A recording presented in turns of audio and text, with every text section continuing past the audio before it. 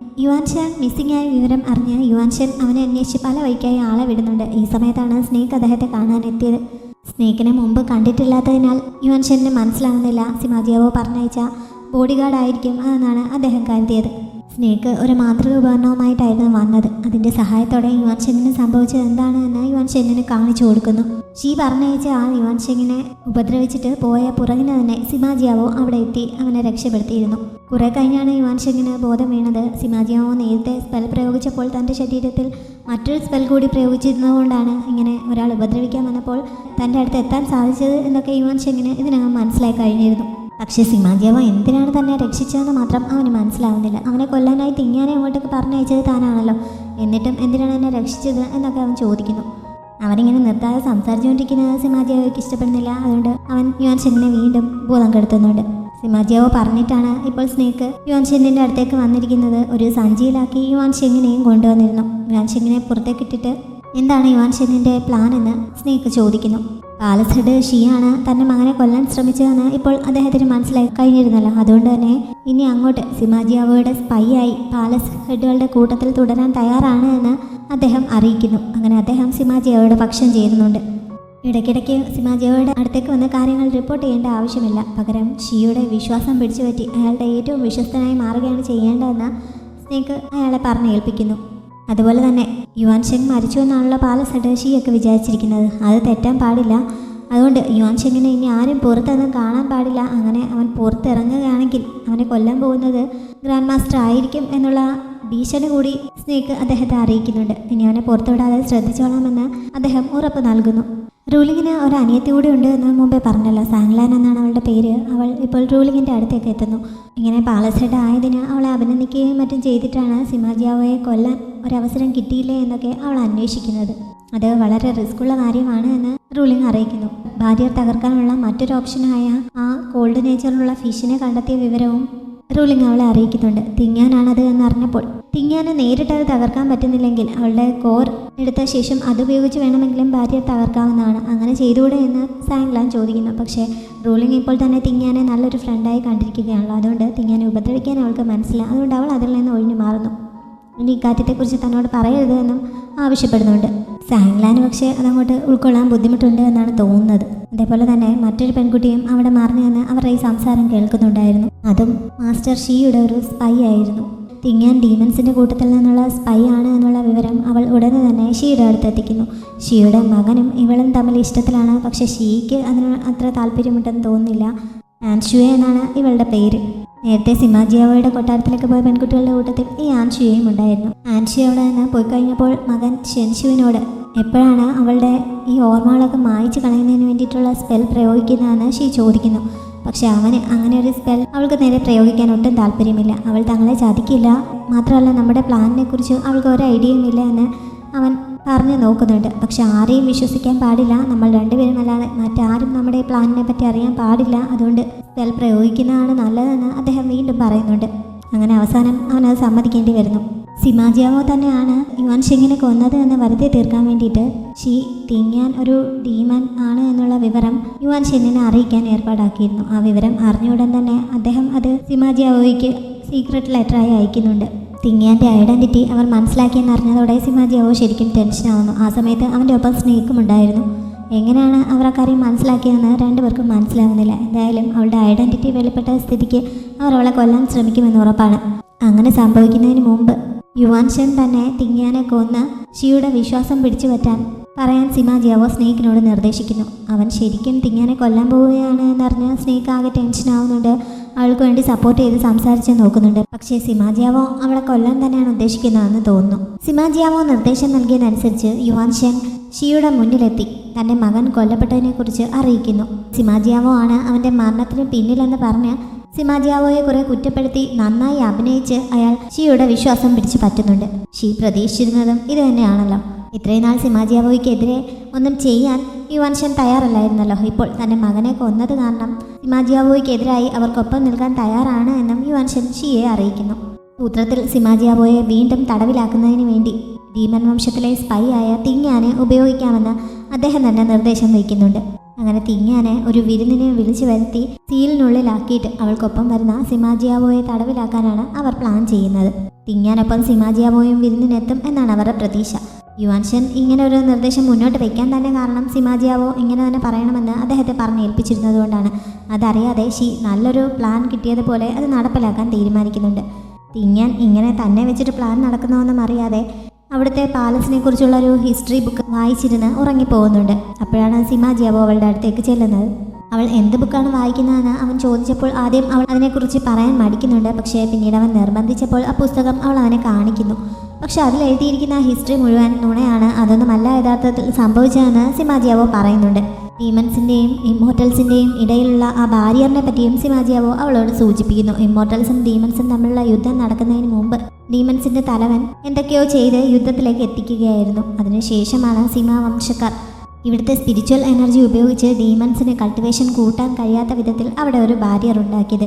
അത് കാരണം ഡീമൺസിൻ്റെ ഉപദ്രവം കുറയ്ക്കുകയായിരുന്നു അവരുടെ ലക്ഷ്യം. നല്ല കാര്യമായിട്ടാണ് സിമാജിയാവോ ഇത് അവളുടെ മുന്നിൽ പറഞ്ഞത്. തിങ്ങാനും കേട്ടപ്പോൾ അത് വളരെ നല്ല കാര്യമായി ഫീൽ ചെയ്യുന്നുണ്ട്. അവൾ സിമ വംശക്കാരെ അഭിനന്ദിക്കുകയും ചെയ്യുന്നു.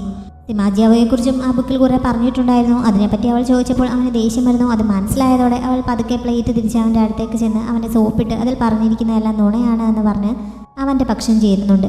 അങ്ങനെ അവൻ്റെ ദേഷ്യം അത് തണുത്ത് കഴിഞ്ഞപ്പോഴാണ് അവളെ വിരുന്നിന് ക്ഷണിച്ചുകൊണ്ടുള്ള ലെറ്റർ അവൾക്ക് കിട്ടുന്നത്. ലെറ്റർ എഴുതിയിരിക്കുന്നത് അവളുടെ മാസ്റ്ററാണ്. അതുകൊണ്ട് തന്നെ അവൾക്ക് വിരുന്നിന് പോവാതിരിക്കാൻ പറ്റില്ലല്ലോ. സിമാജിയാവോയെ കൂടി കൊണ്ടുചെല്ലണമെന്ന് അതിൽ എഴുതിയിരുന്നു. പക്ഷേ അവൻ കൂടെ വരുന്നില്ല എന്ന് അവളോട് പറയുന്നുണ്ട്. എന്നാലും തനിച്ച് പോയിക്കോട്ടെ എന്ന് അവൾ ചോദിച്ചപ്പോൾ അവൻ പെർമിഷൻ നൽകുന്നു. മാത്രമല്ല ഈ വിരുന്ന് അവൾക്ക് വേണ്ടി മാത്രമുള്ളതാണ്, അവളെ കൊല്ലുകയാണ് എൻ്റെ ലക്ഷ്യം എന്നുകൂടി അവൻ പറയുന്നുണ്ട്. അത് കേട്ട് തിങ്ങാനാകെ ഷോക്കാവുന്നു. ഈ വിരുന്നിന് എല്ലാ പാലസ് ഹെഡുകൾക്കും ക്ഷണമുണ്ടായിരുന്നു. കാരണം അവരെല്ലാം കൂടി ചേർന്നാണല്ലോ ഈ സീൽ റെഡിയാക്കാൻ പോകുന്നത്. അതുകൊണ്ട് തന്നെ റൂളിങ്ങിനും ക്ഷണം കിട്ടുന്നുണ്ട്. പക്ഷേ തിങ്ങാനെ ട്രാപ്പിലാക്കാനുള്ള വിരുന്നാണ് എന്ന് അറിഞ്ഞു കഴിഞ്ഞപ്പോൾ റൂളിങ് അതിന് പോകാൻ തയ്യാറാവുന്നില്ല. മാത്രമല്ല ഈ വിവരം മുൻകൂട്ടി തന്നെ തിങ്ങാനെ അറിയിക്കുന്നതിന് വേണ്ടി അവൾ ഉടനെ തന്നെ തിങ്ങാൻ്റെ അടുത്തേക്ക് പോകാനും തുടങ്ങുന്നു. പക്ഷേ ഈ സമയത്ത് സാങ്ലാൻ അവളുടെ അടുത്തുണ്ടായിരുന്നു. അവളുടെ പോക്കിൻ്റെ ഉദ്ദേശം അറിഞ്ഞു കഴിഞ്ഞപ്പോൾ സാങ്ലാൻ റൂളിങ്ങിനെ ബോധം കെടുത്തുന്നുണ്ട്. അതിനുശേഷം റൂളിങ്ങിന് പകരമായി തിങ്ങാനെ ബന്ധിക്കുന്നതിനുള്ള ഉദ്ദേശത്തോടെ ആ വിരുന്നിന് സാങ്ലാൻ പോകുന്നുണ്ട്. തന്നെ കൊല്ലാനുള്ള വിരുന്നാണ് എന്നൊക്കെ അറിഞ്ഞെങ്കിലും സിമാജിയാവോ നിർദ്ദേശിച്ചതനുസരിച്ച് തിങ്ങാൻ വിരുന്നിന് പോകുന്നുണ്ട്. അവൾ തനിച്ചാണ് പോകുന്നത്. ഇപ്പോൾ കൾട്ടിവേഷനൊക്കെ കൂടിയിരിക്കുന്നത് കൊണ്ട് അവൾക്ക് പറന്നു പോകാനുള്ള കഴിവൊക്കെ ആയിരിക്കുന്നു. അങ്ങനെ പോകുന്ന വഴി പറന്ന് നടക്കുന്ന ഒരു പവലിയൻ അവൾ കാണുന്നുണ്ട്. അത് കണ്ടപ്പോൾ ഒരു 5 സ്റ്റാർ സെറ്റപ്പാണ് അവൾക്ക് ഫീൽ ചെയ്തത്. അതിനുള്ളിൽ ഒരു ദിവസമെങ്കിലും സ്റ്റേ ചെയ്യാൻ കഴിഞ്ഞിരുന്നെങ്കിൽ എത്ര നന്നായിരുന്നു എന്നൊക്കെ അവൾ അവിടെ നിന്നൂറൊക്കെ പറഞ്ഞു പോകുന്നുണ്ട്. ശരിക്കും സിമാജിയാവോ അവളെ സീക്രട്ടായി ഫോളോ ചെയ്യുന്നുണ്ടായിരുന്നു. അതുകൊണ്ട് തന്നെ അവളുടെ ഈ ആഗ്രഹം കുറച്ചടുത്ത് നിന്ന് അവനും കേൾക്കുന്നുണ്ട്. വിരുന്ന് നടക്കുന്ന സ്ഥലത്ത് പാലസ് ഹെഡുകളെല്ലാം നേരത്തെ തന്നെ എത്തിയിട്ടുണ്ടായിരുന്നു. ഒരാൾ സിഗ്നൽ നൽകുന്ന അനുസരിച്ച് ബാക്കി എല്ലാവരും കൂടി സീൽ ആക്ടിവേറ്റ് ചെയ്യാനൊക്കെയാണ് അവർ മുൻകൂട്ടി തീരുമാനിച്ചു വെച്ചിരിക്കുന്നത്. അവർക്കിടയിലേക്ക് തിങ്ങാൻ തനിച്ചെത്തുന്നു. അവൾക്കൊപ്പം സിമാജിയാവോയും കാണുമെന്നായിരുന്നു എല്ലാവരും പ്രതീക്ഷിച്ചിരുന്നത്. അവളെ തനിച്ച് കണ്ടപ്പോൾ അവർ ഒന്ന് നിരാശരാകുന്നുണ്ട്. എന്നാലും അവളെ ട്രാപ്പിലാക്കുമ്പോൾ അവളെ രക്ഷപ്പെടുത്താൻ വേണ്ടി സിമാജിയാവോ അവിടെ എത്തും എന്നുള്ള പ്രതീക്ഷയിൽ അവർ അവളെ തടവിലാക്കാനുള്ള തയ്യാറെടുപ്പുകൾ നടത്തുന്നു. അവളുടെ മാസ്റ്ററും അവിടെ നിൽപ്പുണ്ട്. അവന് സത്യത്തിൽ ഇതിനൊന്നും ഒട്ടും താല്പര്യമില്ല. പക്ഷേ ബാക്കിയുള്ള പാലസ് ഹെഡുകളുടെ ഒന്നും നിർദ്ദേശം അവന് എതിർക്കാൻ കഴിയില്ലല്ലോ. അതുകൊണ്ട് എന്ത് ചെയ്യണമെന്നറിയാതെ ആകെ വിഷമിച്ച് നിൽക്കുകയാണ് അവൻ. തിങ്ങാൻ കുറച്ച് മുന്നോട്ട് നടന്നു ചെന്നപ്പോൾ പാലസ് ഹെഡുകൾ നേരത്തെ തന്നെ അവിടെ റെഡിയാക്കിയിരുന്ന സീൽ ആക്ടിവേറ്റ് ആവുന്നു. ഇത് അവളെ കൊല്ലാൻ വേണ്ടി വിളിക്കുന്ന വിരുന്നാണ് എന്ന് സിമാജിയാവോ അവളോട് പറഞ്ഞിരുന്നല്ലോ. പക്ഷെ അവളുടെ പ്രൊട്ടക്ഷന് വേണ്ടിയിട്ട് ഒരു ടോക്കൺ കൂടി അവൻ നൽകിയിരുന്നു. നീ സാധാരണ പോലെ അങ്ങ് പെരുമാറിയാൽ മതി, ബാക്കി കാര്യങ്ങൾ ഇത് ചെയ്തോളും, പേടിക്കേണ്ട ആവശ്യമൊന്നുമില്ല എന്ന് പറഞ്ഞായിരുന്നു അവൻ അവളെ വിരുന്നിന് അയച്ചത്. ആ ഒരു വിശ്വാസത്തിൽ തിങ്ങാൻ മുന്നോട്ട് നടക്കുകയാണ്. സിമാജിയാവോ പറഞ്ഞതുപോലെ അവൻ്റെ കയ്യിലുണ്ടായിരുന്ന ആ ടോക്കണിൽ നിന്ന് തനിയെ എന്തോ ഒരു എനർജി അവിടെ മുഴുവൻ സ്പ്രെഡായി പാലസ് ഹെഡുകൾ അവിടെ റെഡിയാക്കിയിരുന്ന സീൽ തനിയെ നശിക്കുന്നുണ്ട്. അവൾ നശിപ്പിച്ചാണത് എന്ന് കരുതി എല്ലാവരും കൂടി അവളെ അറ്റാക്ക് ചെയ്യാനുള്ള തയ്യാറെടുപ്പ് നടത്തുന്നു. സിമാജിയാവോ നേരത്തെ നിർദ്ദേശം നൽകിയിരിക്കുന്ന അനുസരിച്ച് യുവാൻഷൻ ആണ് ഇതിന് നേതൃത്വം നൽകുന്നത്. ആദ്യം തിങ്ങാനെ അറ്റാക്ക് ചെയ്യാനായി മുന്നോട്ട് ചെന്നതും അദ്ദേഹമാണ്. പക്ഷേ തിങ്ങാൻ തിരിഞ്ഞു നിന്ന് വെറുതെ ഒന്ന് കൈ കാണിച്ചപ്പോൾ തന്നെ അദ്ദേഹം തെറിച്ച് ദൂരേക്ക് വീഴുന്നുണ്ട്. ശരിക്കും അവളുടെ ഡ്രസ്സിൽ തൂക്കിയിട്ടിരിക്കുന്ന ആ ടോക്കണാണ് ഈ പണിയൊക്കെ നടത്തുന്നത്. തൻ്റെ ശക്തി ഇത്രയധികം കൂടിയോ എന്ന് തിങ്ങാൻ തന്നെ അത്ഭുതപ്പെട്ടു പോകുന്നുണ്ട്. ടോക്കണാണ് ഇതിനൊക്കെ കാരണമെന്ന് അവൾക്ക് മനസ്സിലാവുന്നില്ല. യുവാൻഷൻ മറിഞ്ഞു വീണപ്പോൾ സാങ്ലാൻ മുന്നോട്ട് വന്ന് ബാക്കിയുള്ളവരെ കൂടി കൂട്ടി തിങ്ങാനെ പിടികൂടാൻ ഒരു ശ്രമം നടത്തുന്നുണ്ട്. പക്ഷെ അപ്പോഴും തിങ്ങാൻ ശക്തമായി തിരിച്ചടിച്ച ശേഷം അവിടെ നിന്ന് രക്ഷപ്പെടുന്നു. അവളിങ്ങനെ രക്ഷപ്പെട്ടു പോയതിൽ സന്തോഷിക്കുന്നത് അവളുടെ മാസ്റ്റർ മാത്രമാണ്. ബാക്കിയുള്ളവരെല്ലാം ഇങ്ങനെ ആശങ്കയോടെ നോക്കി നിൽക്കുകയാണ്. രക്ഷപ്പെട്ട് മുകളിലേക്ക് പോയെങ്കിലും ബാലൻസ് കിട്ടാതെ തിങ്ങാൻ ആകെ അങ്ങോട്ടും ഇങ്ങോട്ടും ചാഞ്ഞുകൊണ്ടിരിക്കുകയാണ്. ഈ സമയത്താണ് സിമാജിയാവോ അവളുടെ മുന്നിലെത്തി അവളെ ഹെൽപ്പ് ചെയ്തത്. അങ്ങനെ അവൾ സ്റ്റേബിളായി നിൽക്കുന്നു.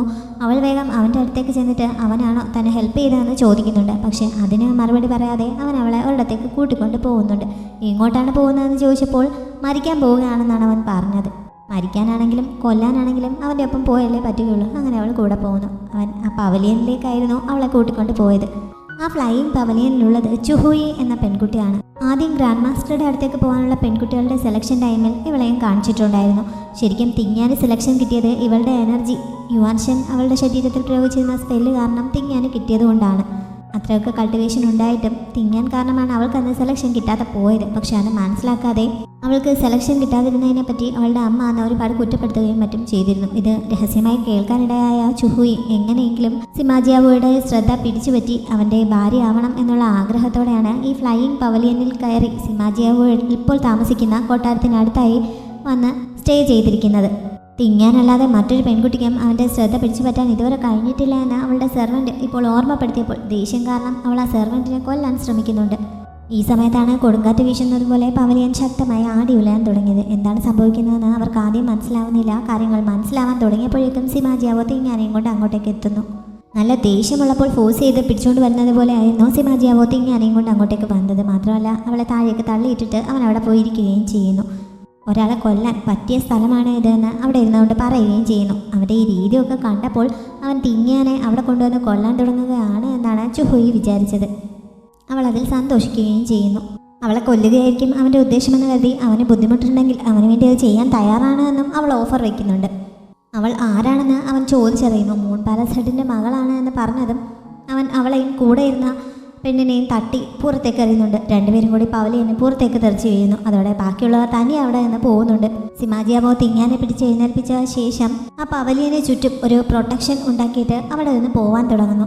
തന്നെ അവിടെ തനിച്ച് വിട്ടിട്ട് അവൻ പോകാൻ തുടങ്ങുകയാണ് എന്ന് മനസ്സിലായപ്പോൾ അവൾ അവനോട് അതിനെപ്പറ്റി ചോദിക്കുന്നുണ്ടെങ്കിലും പ്രത്യേകിച്ച് മറുപടിയൊന്നും പറയാതെ ചെറുതായിട്ടൊന്ന് പുഞ്ചിരിച്ചിട്ട് അവൻ പോകുന്നുണ്ട്.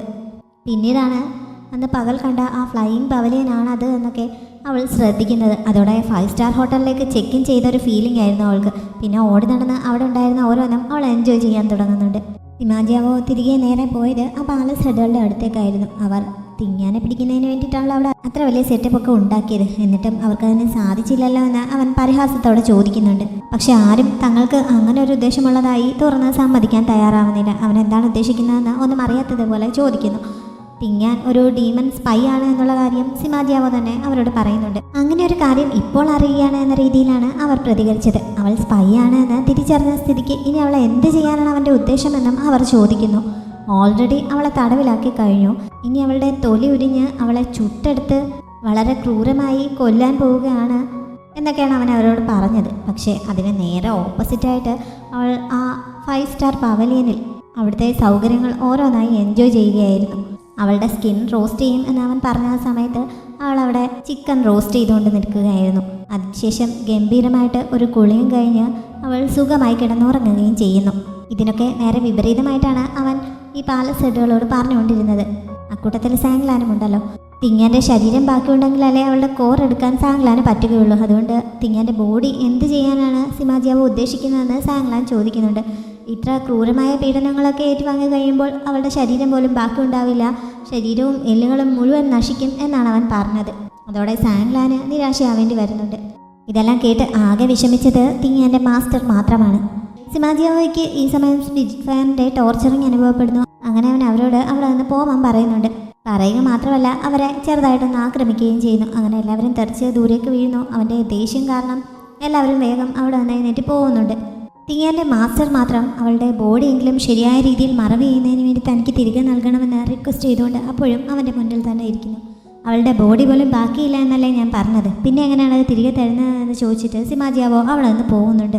അവൾക്ക് ഇങ്ങനെ സംഭവിച്ചതിൽ മാസ്റ്റർക്ക് നല്ല വിഷമമുണ്ട്.